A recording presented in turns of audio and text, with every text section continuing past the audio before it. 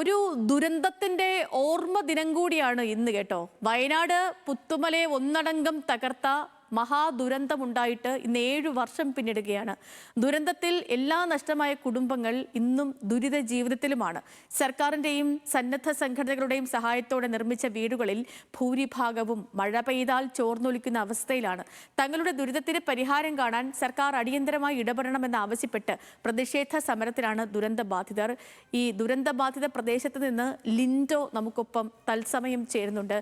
Lindo, കഴിഞ്ഞ 7 വർഷമായി ദുരന്തം ഉണ്ടായിട്ട് ഒരു മല പൊട്ടിയൊഴുകി വന്ന് 17 ജീവനുകൾ അപഹരിച്ചിട്ട് 18 ദിവസം തിരച്ചിൽ നടന്നു. 12 പേരെ കണ്ടെത്താൻ കഴിഞ്ഞു. ബാക്കിയുള്ളവരെ പുഴയെടുക്കുകയായിരുന്നു.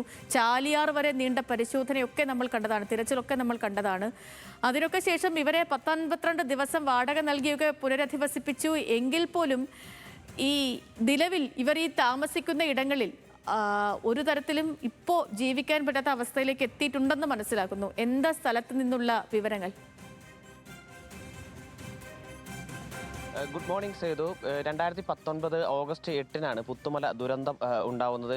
ഈ ദുരന്തത്തിൽ 17 പേർ മരണപ്പെട്ടു. വലിയ രീതിയിലുള്ള നാശനഷ്ടങ്ങളാണ് ഉണ്ടായത്. പിന്നീട് ഈ സർക്കാർ ഈ ദുരന്തബാധിതരെ പുനരധിവസിപ്പിക്കാൻ സർക്കാരും സന്നദ്ധ സംഘടനകളും ചേർന്ന് ഹർഷം പദ്ധതി ഉൾപ്പെടുത്തി 52 വീടുകളാണ് ഈ പൂത്തക്കൊല്ലിയിൽ നിർമ്മിച്ചത്. ഈ പൂത്തക്കൊല്ലിയിൽ നിർമ്മിച്ച ഈ വീടുകളാണ് ഇവർ താമസിച്ച 1 വർഷം കഴിയുന്നതിന് മുമ്പ് തന്നെ ഈ വീടുകളിൽ ഭൂരിഭാഗം വീടുകളും തന്നെ ഈ ചോർന്നൊലിക്കാൻ തുടങ്ങി. പല വീടുകളിലും വിള്ളൽ അനുഭവപ്പെട്ടു. ഇപ്പോൾ ഈ വീടുകൾ മുഴുവൻ ചോർന്നൊലിക്കുന്ന ഒരു അവസ്ഥയാണ് ഇപ്പോഴുള്ളത്. ഇപ്പോൾ നമ്മൾ കാണുന്നത് പോലെ തന്നെ ഇതിനെതിരെയാണ് ഈ 7ാം വാർഷിക ദിനത്തിൽ ഈ പുത്തുമല ദുരന്തബാധിതർ ഇപ്പോൾ ഈ പ്രതിഷേധിക്കുന്നത്.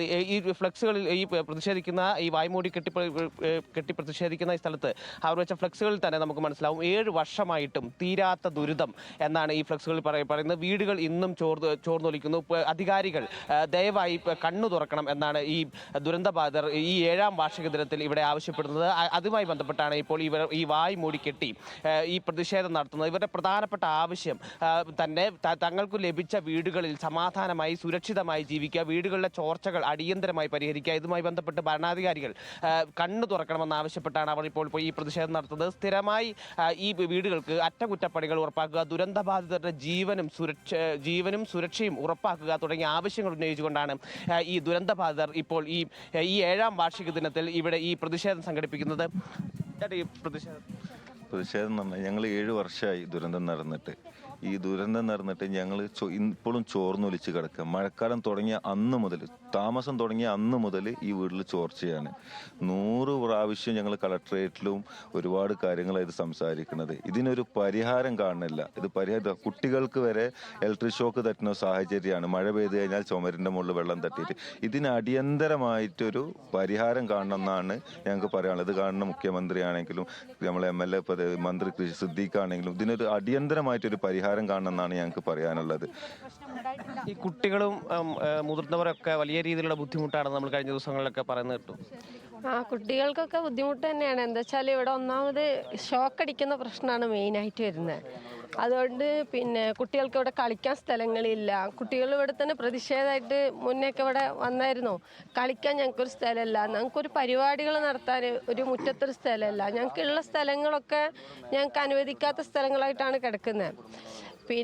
അതുപോലെ ചോർച്ച എന്ന് പറയുന്നത് വലിയൊരു പ്രശ്നം തന്നെയാണ്. വീട്ടിലെന്നും പാത്രം വെച്ചിട്ടാണ്, ബക്കറ്റ് വെച്ചിട്ടാണ് ആളുകൾ, ദാർപ്പോളിട്ടിട്ടാണ്, മേലിട്ടിട്ടാണ് ഇപ്പോൾ ആളുകൾ നിൽക്കുന്നത്. അങ്ങനത്തെ പ്രശ്നങ്ങളൊക്കെയാണ് കൂടുതൽ. ഇത് എന്ന് ഞങ്ങളിപ്പോൾ 7 വർഷത്തോളായില്ലേ ഞങ്ങൾ അനുഭവിക്കാൻ തുടങ്ങിയിട്ട്. ഈ മന്ത്രി അടക്കമുള്ള ആളുകൾ ശ്രദ്ധയിൽപ്പെടുത്തിയപ്പോൾ എന്താ പറഞ്ഞത്? ഇപ്പോൾ ടി സിദ്ദീഖിനോടൊക്കെ മന്ത്രി അടക്കം ഞങ്ങൾ നിരവധി ചർച്ചകൾ ചെയ്തിട്ടുണ്ടായിരുന്നു. മന്ത്രി അടക്കം തീർച്ചയായിട്ടും ഞങ്ങൾക്ക് ഇതിനുള്ള ഫണ്ടുകൾ വെച്ചിട്ടുണ്ട്. ഫണ്ടുകൾ എത്രയും പെട്ടെന്ന് ചെയ്യുമെന്ന് പറയാന്നല്ലാതെ ഇതുവരെ ഇതിന് വേണ്ടുന്ന നടപടികൾ ഉണ്ടായിട്ടില്ല. സേതു, പലപ്പോഴായി കഴിഞ്ഞ സർക്കാരാണെങ്കിലും ഈ സർക്കാരിലാണെങ്കിലും മന്ത്രിമാരടക്കമുള്ള ആളുകളോട് തങ്ങളുടെ ആവശ്യങ്ങൾ പലപ്പോഴായി ഇവർ ഉന്നയിച്ചിട്ടുണ്ടെങ്കിലും ഇതിനൊരു ശാശ്വതമായ പരിഹാരം കാണാനോ അതിന് വേണ്ടിയിട്ടുള്ള നടപടികൾ സ്വീകരിക്കാനോ ഇതുവരെ ആരെങ്കിലും എത്തുന്നുണ്ടോ? മന്ത്രിമാരോ അതല്ലെങ്കിൽ ജനപ്രതിനിധികളോ ആരെങ്കിലും ഇവിടേക്ക് എത്തുന്നുണ്ടോ? ഇന്ന്